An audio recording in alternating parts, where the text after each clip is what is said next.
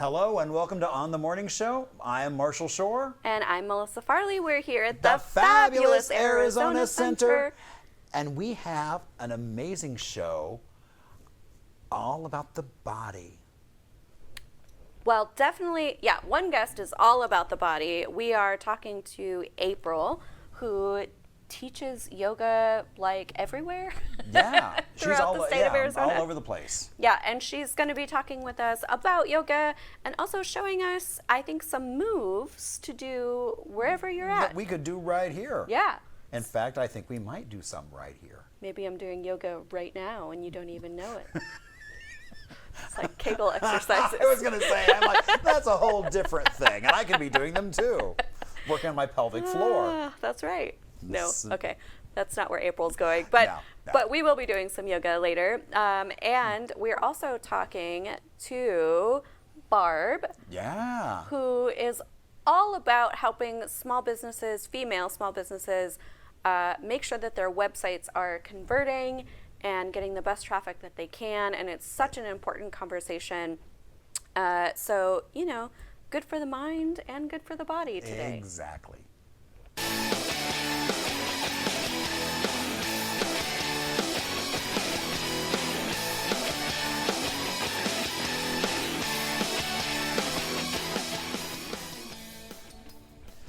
So you know how you feel when you finish a big project you've been working on for months and months and months, and you finally put like that last staple in? Yeah. What'd you finish? I finished my door. Yay! So I've done this whole thing, the ARX4. So they did speed dating between an artist and a scientist, and I got paired up with Jean, who is a narrative medicine doctor, and so I was tasked to create a door that opens and shuts on it. Well, not on its own, but it doesn't fall on you. And so I had to use power tools that I haven't used since I was a teen. And it then has a screen in the back of it, and there'll be a projector that every time you open the door, it'll be a new image projected on the screen. Awesome. So my door is done. I upholstered it so you can't see my bad woodwork. When do we get to see your door? I know we install Biomedical Campus in a couple weeks. I'm sure I know the dates, but not like I know the dates. They're in my phone. I know there's a little reception there, and then there'll be one later on in November at the Science Center. Well, very cool. So we'll be unleashing the door, and it's fun because it's interactive. Usually when I've gone to these before, it's like you just sit there and look at something, and I'm like, I wanted to make something that you got to play with. Yeah. And so my door is done. It's upholstered. It looks good. Well, congratulations. I love it. Well done. I thought you were going to talk about Liar Liar. Oh, and then, and I forgot. Well, it was because I did Liar Liar one night, and then, so it was a busy week. So we did the Antoinette Colley, James Baldwin mural. Yep. So did a bit for that on Tuesday. Wednesday was Liar Liar, where there are 7 storytellers. One of them is lying, and the audience has to figure out which one. And only 9 people picked me. There were... I actually tied with a woman who was telling the truth because I was the liar. I knew, yeah. So I know you knew, but I didn't tell anybody else who was there. That was good. You picked a good lie, though. That was a good one. And I think they recorded them, so we'll have them on YouTube. So maybe we'll thread it into the show at some point. Yeah, it'd be fun. Although it was a really good tale, so you just have to be aware that it was a lie. But I worked backwards, thinking, what would I love to find out? That's right. And worked my way backwards to that. So good times coming with Marshall. It's been a busy week. And so, yeah. So we've also got coming up our open house party on September 13th from 4 to 6 p.m. right here. Come hang out with us, have a good time, celebrate Marshall's birthday. It's my birthday. It's your birthday. I forgot about it's my birthday. So it's going to be just really a great opportunity to connect and network with people in the community and take tours of our new space. Well, and it's funny, so I invited my friend Karen, and she was like, that was my husband's old office. Yeah. And I'm like, oh, because he was here with a law firm that was here. So oh, okay. I'm like, oh. Well, it's way cooler now. That's what I said. I was like, you should come see it now. Completely different space. Yeah. Completely different energy as well. Yeah. So. Yeah. Yeah.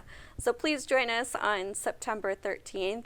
And I'll give a little shout out to one of the podcasts Ann, Marshall, and I have all been on, the Art Scene podcast. Oh, yeah. We all have episodes that we've done with them. So if you're looking for a quick listen, shows are only, what, like 15 minutes, 20 minutes, something like that?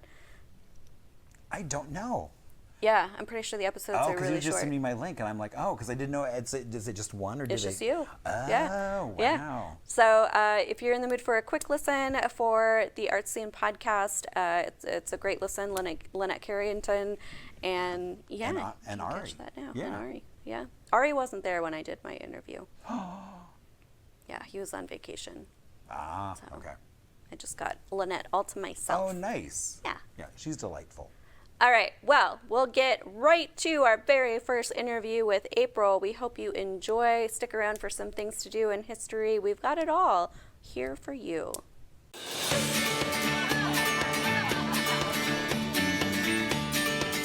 And welcome back to the morning show. I'm Marshall Shore. And I'm Melissa Farley. We're here at the fabulous Arizona Center. And you look a little like a yogi today, which is perfect for what we've got planned. Nice, very nice. I like it.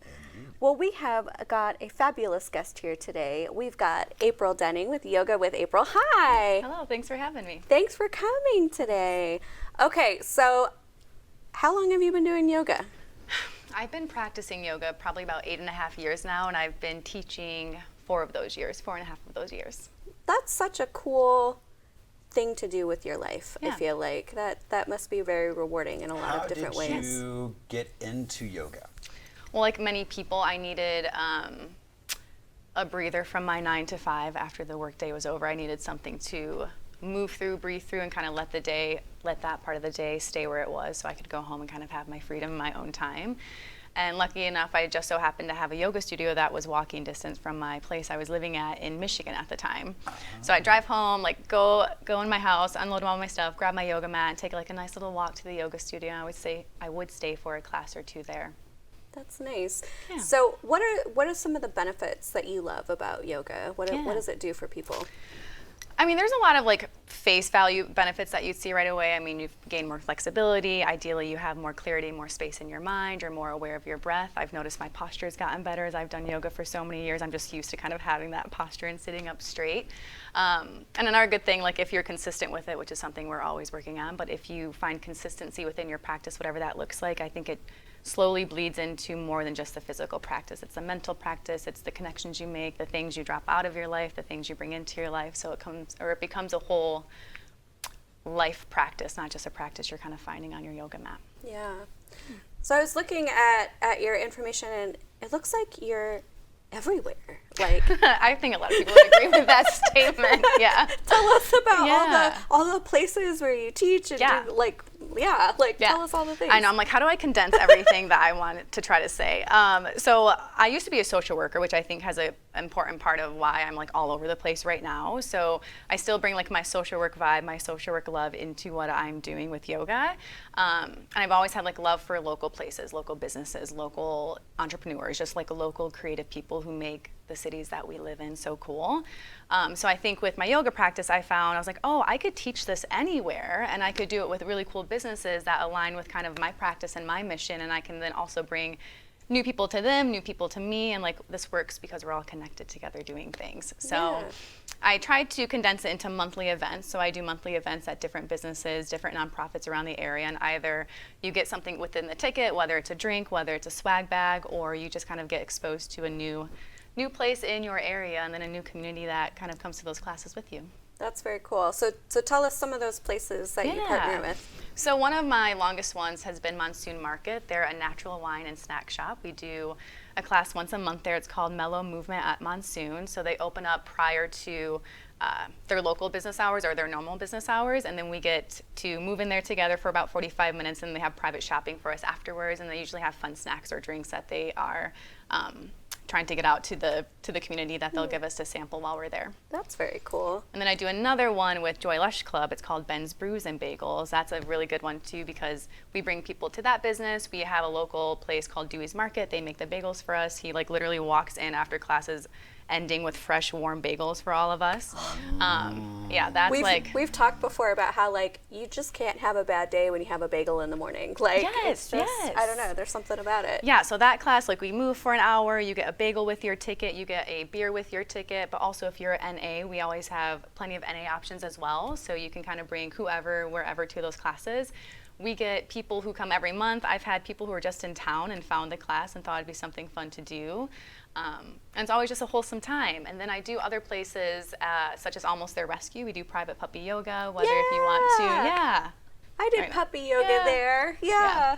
Oh my God, they ate everything now. Yeah, I mean, They're puppies. What do you expect them to do? It's called puppy yoga, but it should be called like puppy stretch and play. Puppy play and stretch. Like we're there for the dogs, I'm well aware, but you know, I get people to breathe and move for a little bit, so that kind of matters.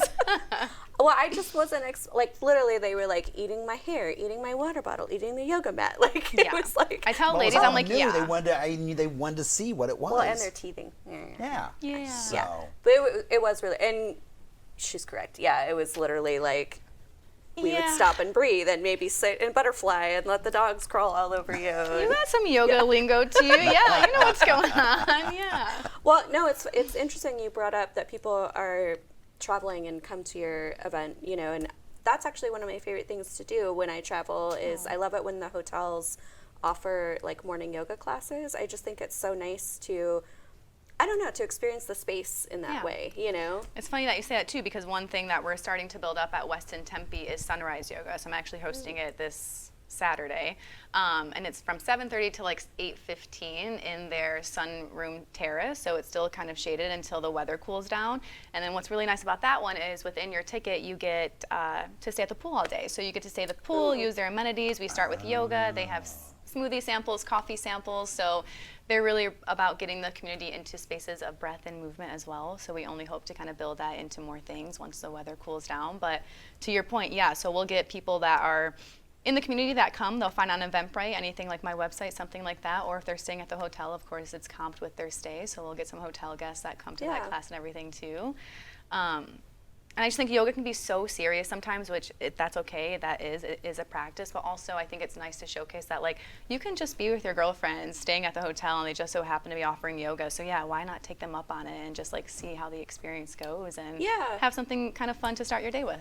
And usually those ones where they know it's at a hotel and a lot of travelers, it's very no pressure, you know, kind of very simple, basic moves and okay, so one of the things that I'm curious about with you, because you're very enterprising, and we have a lot of small business owners and folks that watch the show, and one of the things we hear a lot is, I don't know how to get out there more. I don't know how to, you know, be more visible, and it seems like you have mastered that. So tell me a little bit about, I mean, are you just kind of approaching and building relationships with these businesses and then saying, hey, can we try a yoga class? Like, how does that work? Yeah, that's a good question. That's something I get often too.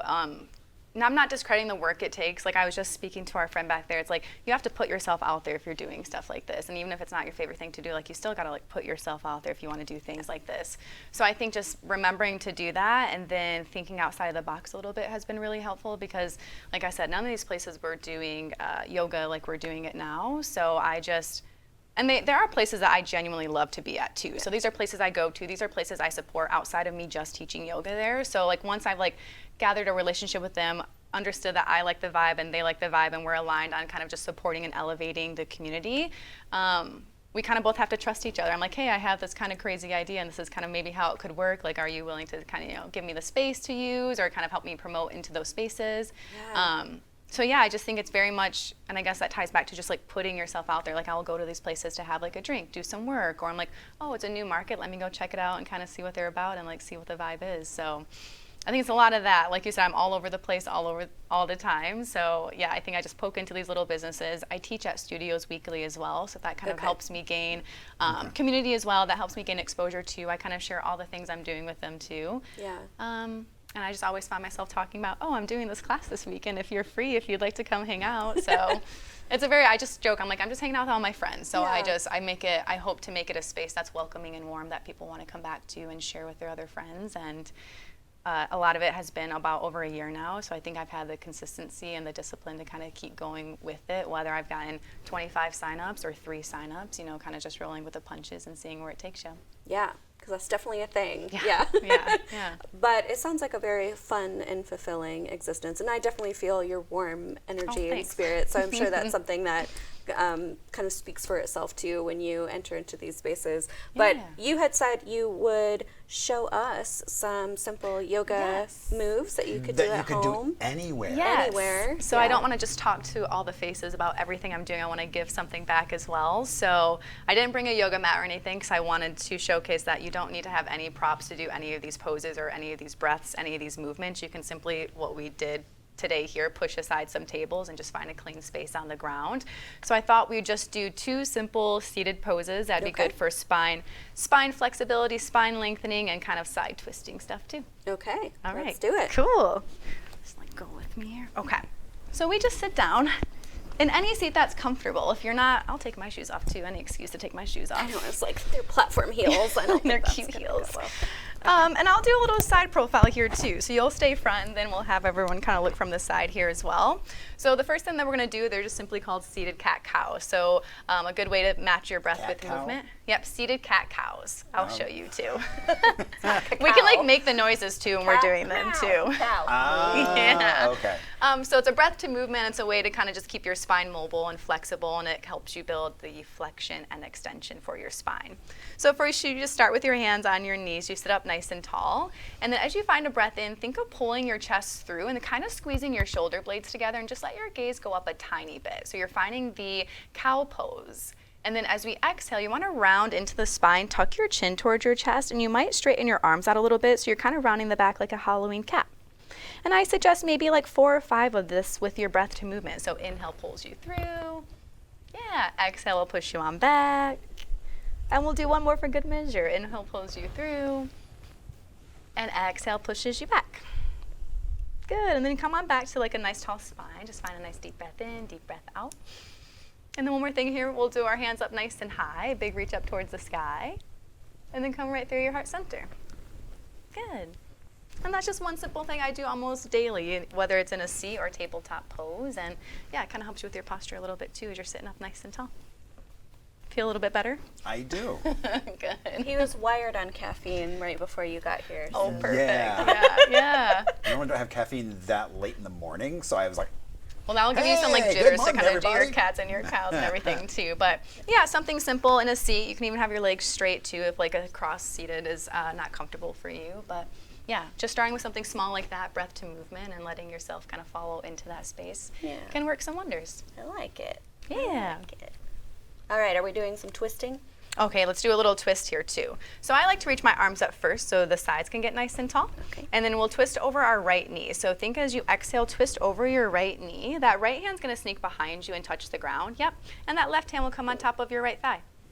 And that's what we're gonna do here. So maybe a little gaze over towards the right shoulder too. And I always say when you're trying to find a twist, don't try to like twist really deeply into it. More so about just keeping your spine lifted and just a subtle twist on over.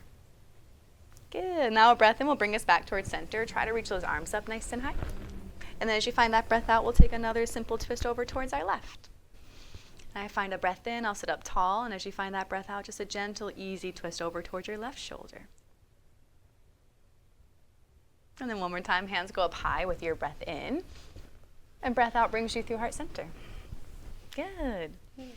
And like you can always work the wrist. We always need to move the wrist and kind of wave. That's Everyone true. needs to do this stuff. So that's just another easy give to move into your space and your breath.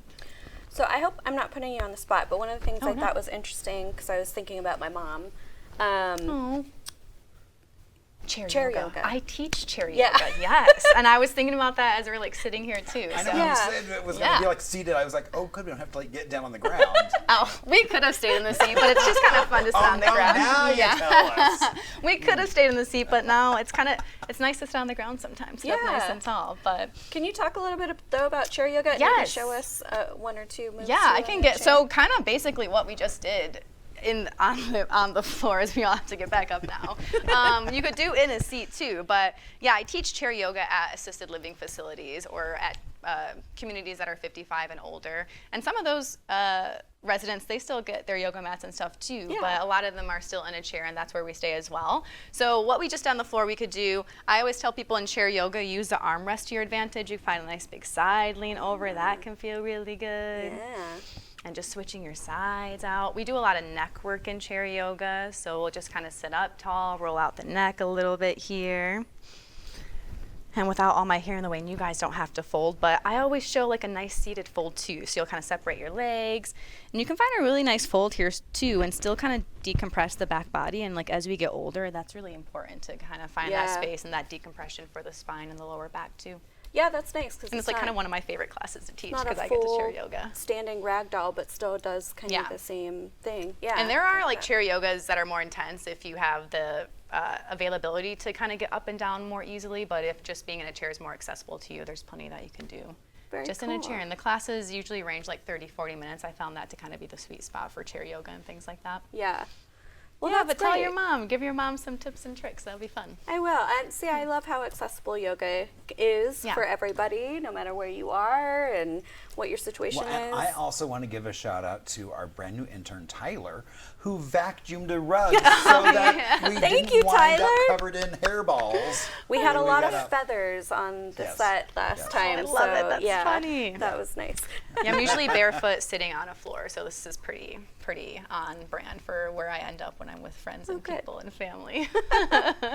Well, April, share where people can learn more about you, maybe take some classes or workshops with you. Of course. Yeah. So my website's always up to date, aprildeningyoga.com, and you'll always see the events I'm hosting throughout the Valley. And like I said, those events are just a really good way to get out of your comfort zone a little bit, maybe find some movement, find some breath, and new connections with new people, and maybe a cool new local business or two.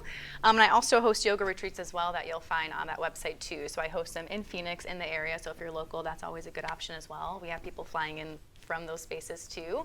And we do domestic and international yoga retreats. So if you want to dive a little bit more into your practice or into that space, you can always email me, DM me, my Instagram, yoga_with_April. And yeah, I think that's it. Website, Instagram, all the fun stuff, all the things that we're using. Awesome. Well, this was a beautiful way to start our morning. Thank you so much. All right. And if you're interested at all in doing some yoga, please check out April's website and just move your body. It feels really, really good to move your body, and it's good for you. So try to get in a little bit of movement every day. And April sounds like a really, really cool way to actually see some Phoenix businesses, local Arizona businesses, and connect with people. And like I said, she's got a really warm energy. So if you've been wanting to try yoga, I think this is a really safe, lovely option for you. Thanks, I appreciate it. All right, we've got more awesome stuff coming up, so keep it right here.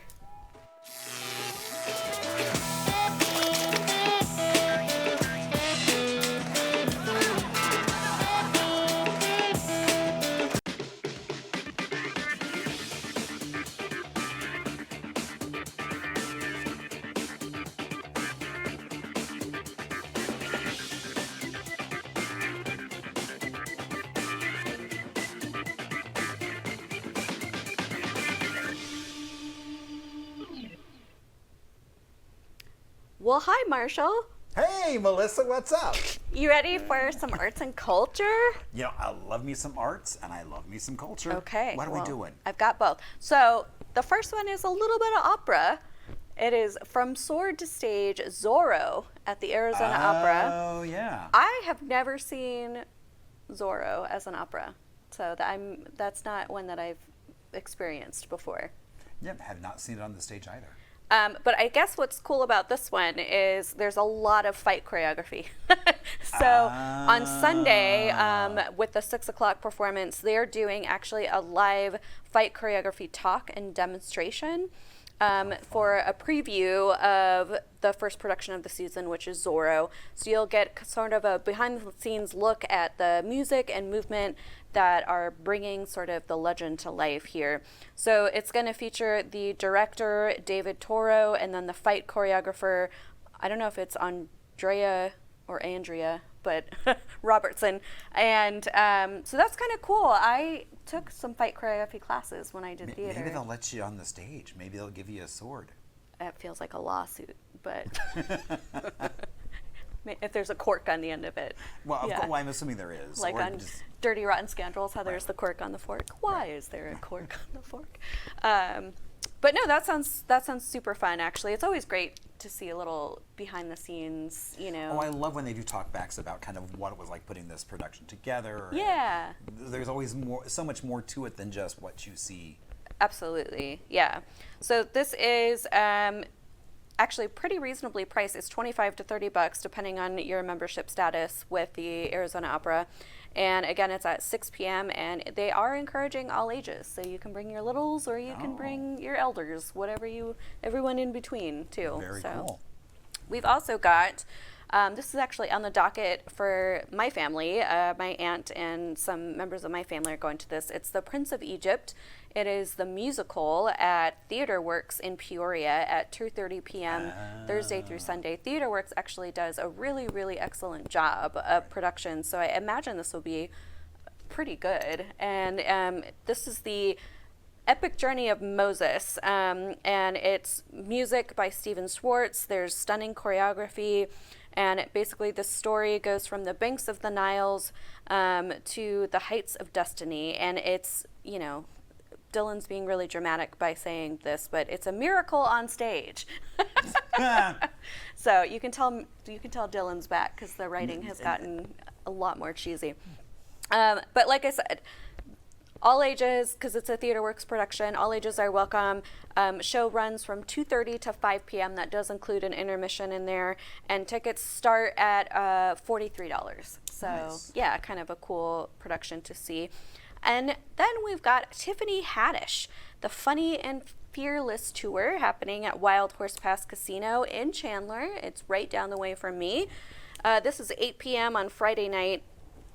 She is known for her high energy and sharp wit and has really just kind of blown up and risen to fame with her unique comedic style.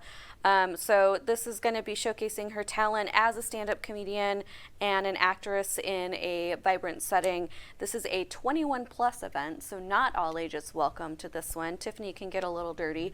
I was going to say, I have a feeling there may be some adult language. There's going to be some adult-themed content. Yes, I would bet on that. And it also doesn't start till 8 p.m., which is when a lot of littles are going to bed. So, 8 p.m. and tickets start at $70, again, depending on what seating you choose. And then I wanted to just give you a couple little tidbits extra to think about.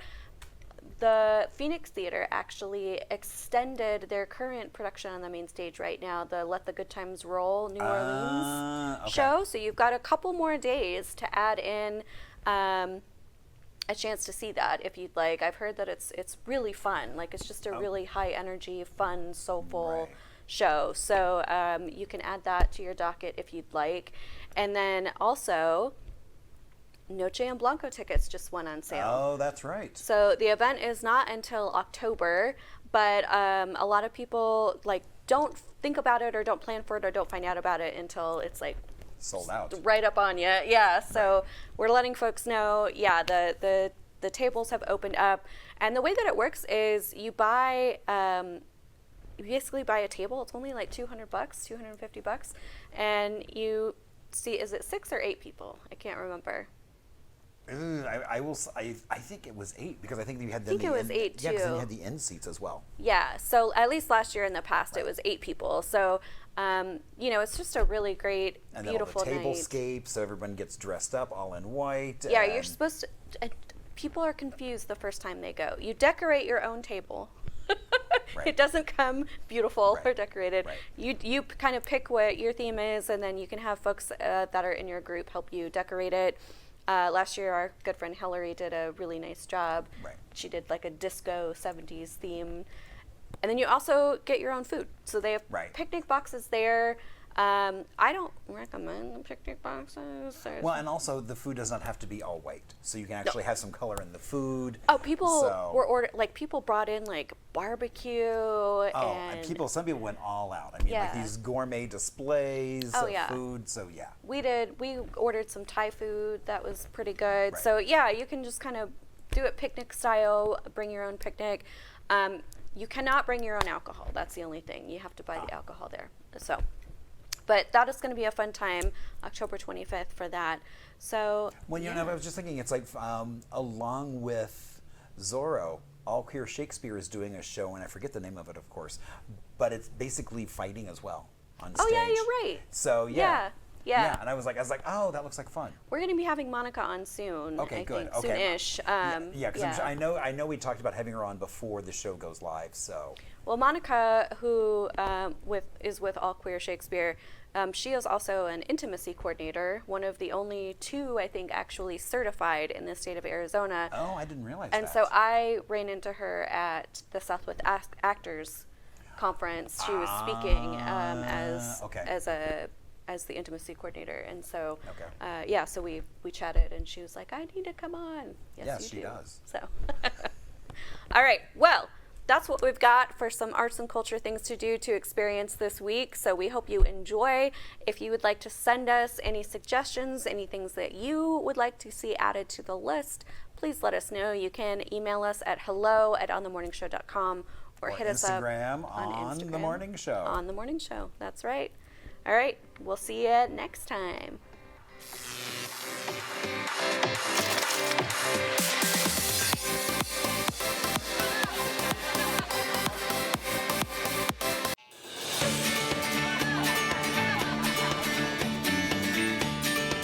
And welcome back to The Morning Show. I am Marshall Shore. And I'm Melissa Farley here with the fabulous Arizona Center. I was like, we're with it? I don't know.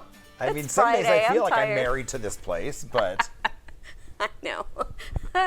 Okay. But we will be married to it on the 13th? Yeah, from 4 to 6. Yep. For the open house. It's happening. Yeah. Okay. Well, you know what else is happening? We have a really fabulous guest here with us. We've got, I don't know if you can see it. It's the cutest little chapstick. That's her business card. But Barb Davids with Compass Digital Strategies. How are you? I am good. I'm fabulous. It's sunny. It's a Friday. What more? It can't get any better, I don't think. That's true. It's a beautiful day. Yeah. I know, on a holiday weekend. Yeah. Okay, so Compass Digital Strategies. What is that? What do you do? That's a great question. Some days I don't even know, but most days I help female small business owners get more website traffic. So essentially just trying to get leads from their traffic. Everybody builds these websites that they want people to visit, and they think they're just going to show up, but they don't. So I try to help them get them in there and then actually convert them into a lead, and then we hopefully get them some leads and sales. Well, that's pretty amazing. How did you get into this line of work? I really stumbled into it, like a lot of people, I think. So I'll give you the short story. The short story is I was in an IT department at one point years and years ago, and I built their intranet website. So I was helping them build a website just for the company.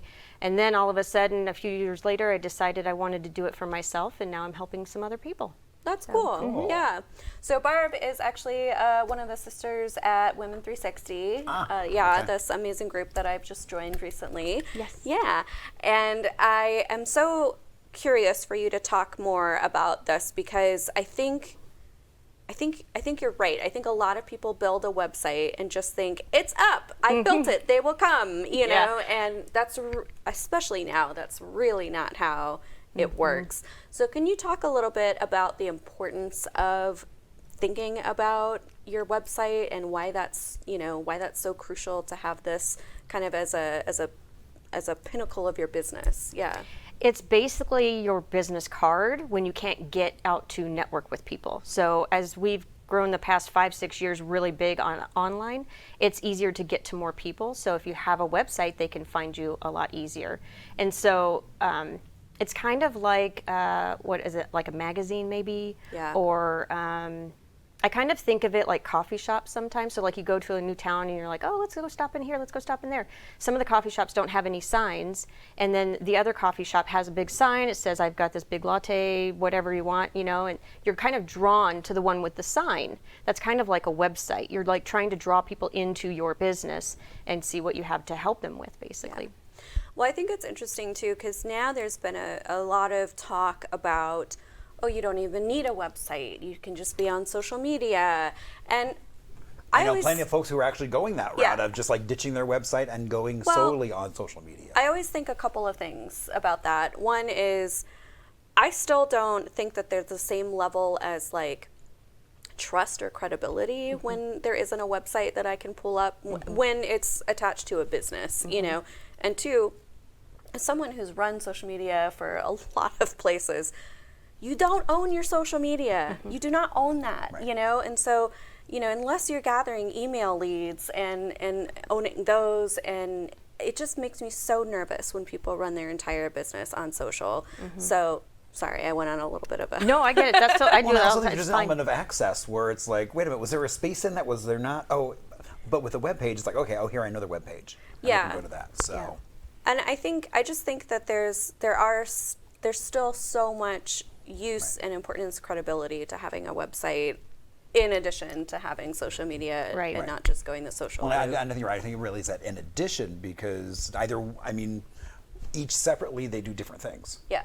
So. Yeah. Yep. Yeah. So if you don't have a website, it's hard to find you, right? Like if I have my business, people are going to normally look at the website, or if I'm out and about, they're going to think about going to my website first. They're not going to necessarily go to social, because a lot of people on social are doing social things, not necessarily as much as business. They want to break from the business typically. Right.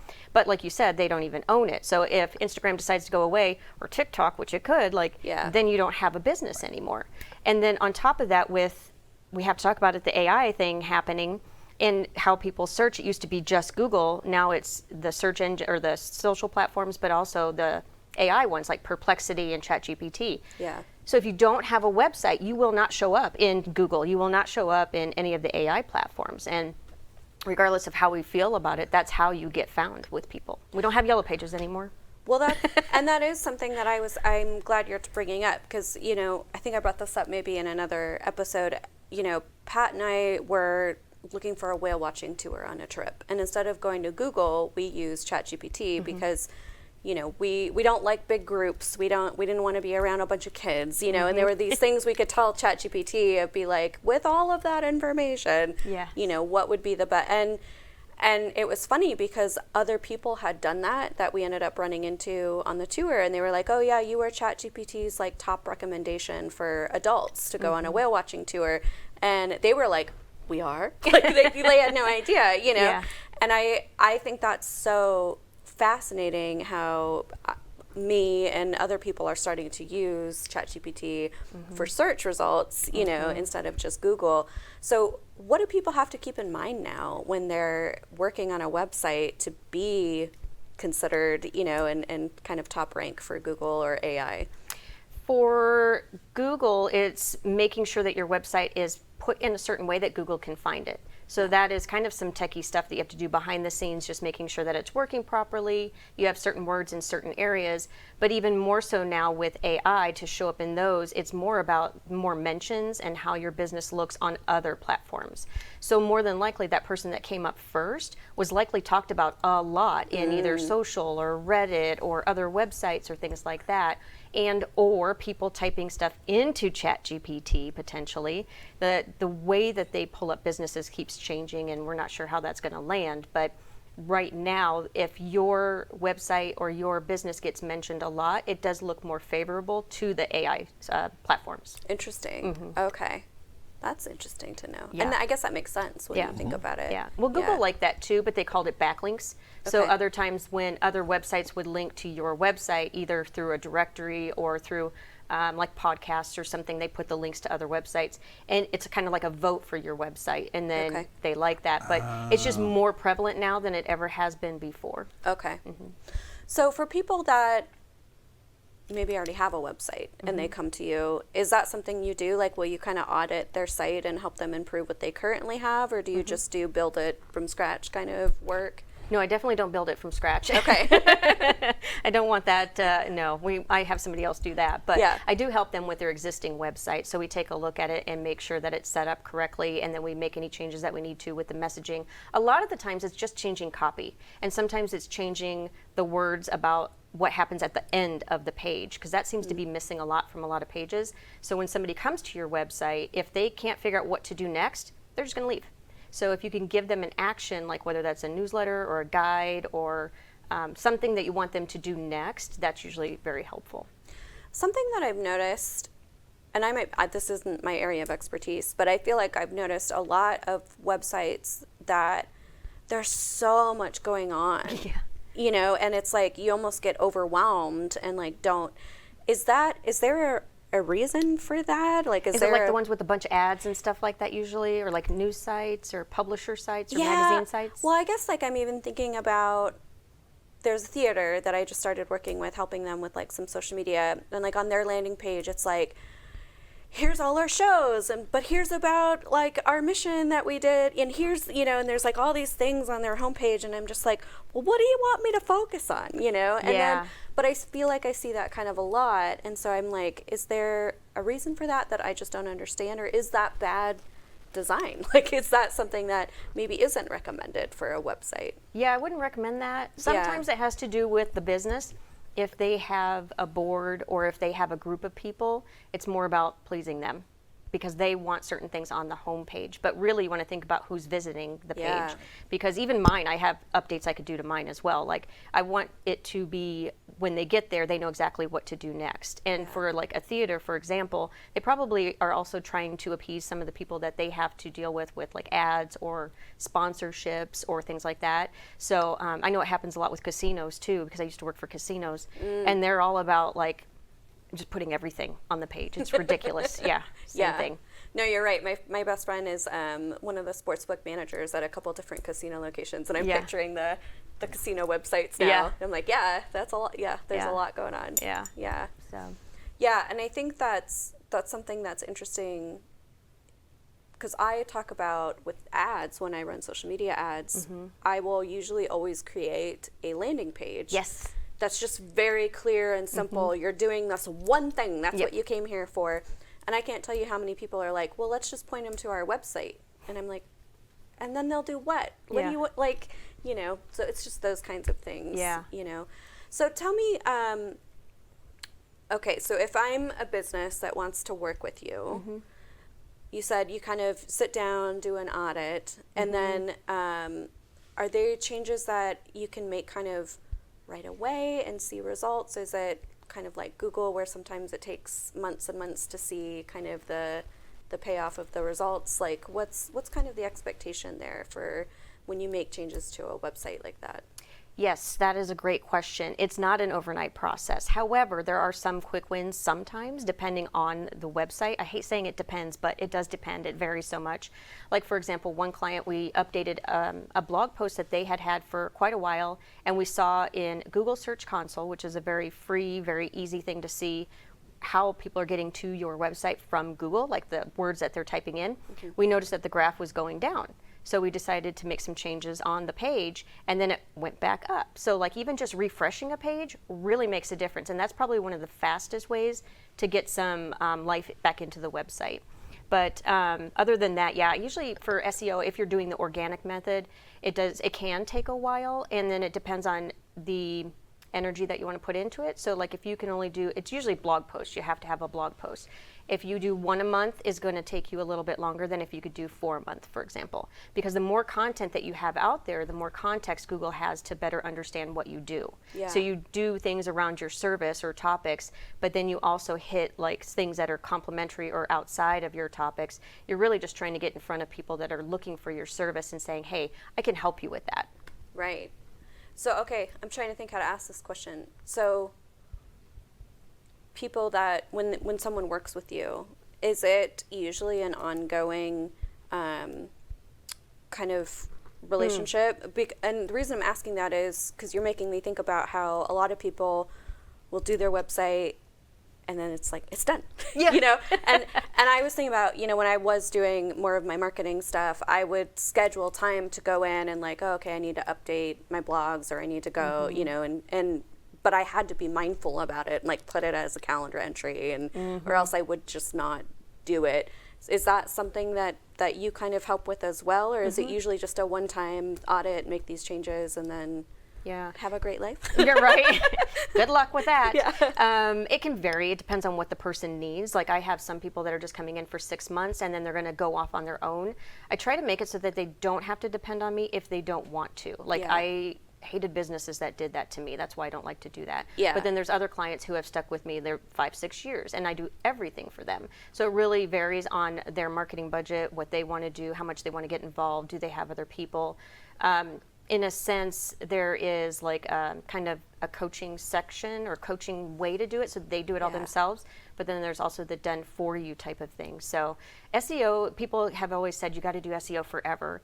I don't actually believe that. I think you SEO once and then you move into content marketing. You move into your normal marketing strategy. So you set your website up to get seen, but then you move into how are you going to promote the website. So that's with blog posts, that's with coming on shows, that's with networking, that's with all the things that you need to do for your business. Yeah, I love that. So question, when you're working with someone, it's like I remember I went through one point and worked with someone to develop a personal web page, and then they dropped off the face of the earth with all the passwords and everything else. Yes, that's terrible.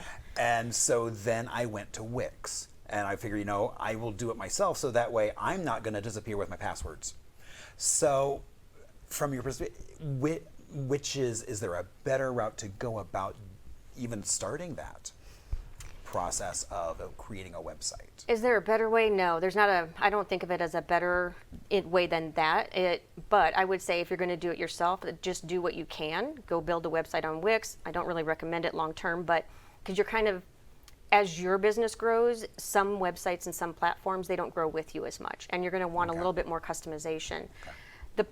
I'm very sorry to hear about that. That's part of the problem with this industry and has been for a while. I think it's less happening, but like with me, I always have them set up stuff under their logins and then provide me access so that they can cancel my access whenever they want so that they feel comfortable.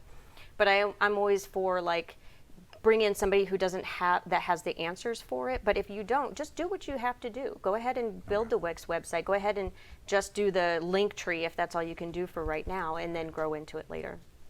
But see, she just said, she's been saying things all through, but clearly she's someone who runs her business with integrity, Right. And that's the kind of people that we love bringing on the show and introducing to our community, because she's not going to run off with your passwords. In fact, she's setting you up for success to not do that. Well, even just saying, hey, you set up the account, give me the passwords, instead of, here, I'll set the account and give you the passwords, and then I'm going to run away to Brazil.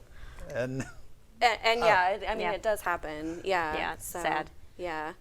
Well, this has been so informative. Is there anything else that we should know about kind of your business or some of the things that you offer for all the small businesses that are watching out there? For small businesses, I have a podcast. It's called Small Business Sweet Spot, and it's really great information. So I do a weekly around digital marketing, some tips, some tricks, some really technical, some not technical. And then I also do things around business and life just to improve and enhance from other small business owners about twice a month. Awesome. So I always like that one to give out because I love podcasts. So is it everywhere you can get a podcast? Pretty much, yeah. Okay, yeah, cool. Except not on YouTube. It's not video, but yeah. Okay. That's wonderful. Yeah. All right. Well, look right into that camera for us and tell people where they can find you, connect with you, learn more about what you do. All right. You can find me at Small Business Sweet Spot on any podcast platform, and you can visit me at compassdigitalstrategies.com. And you can also find me on Instagram, and you can find some fun pictures of my dog, Stone. Oh, fun. Yeah, he's a little cutie. Dogs. And if people find you, you can also give them some vanilla lip balm. That's right. That's right. We were very excited about that. On the one show. We were. Yeah. So I love that we've been having some great discussions about marketing, about your website, about all sorts of things that are going to be great resources for small business owners here. And Barb has been a wonderful addition to that series. So thank you so much. Thanks for having me on. Thank you. All right, we'll keep it right here. We've got more awesome coming your way.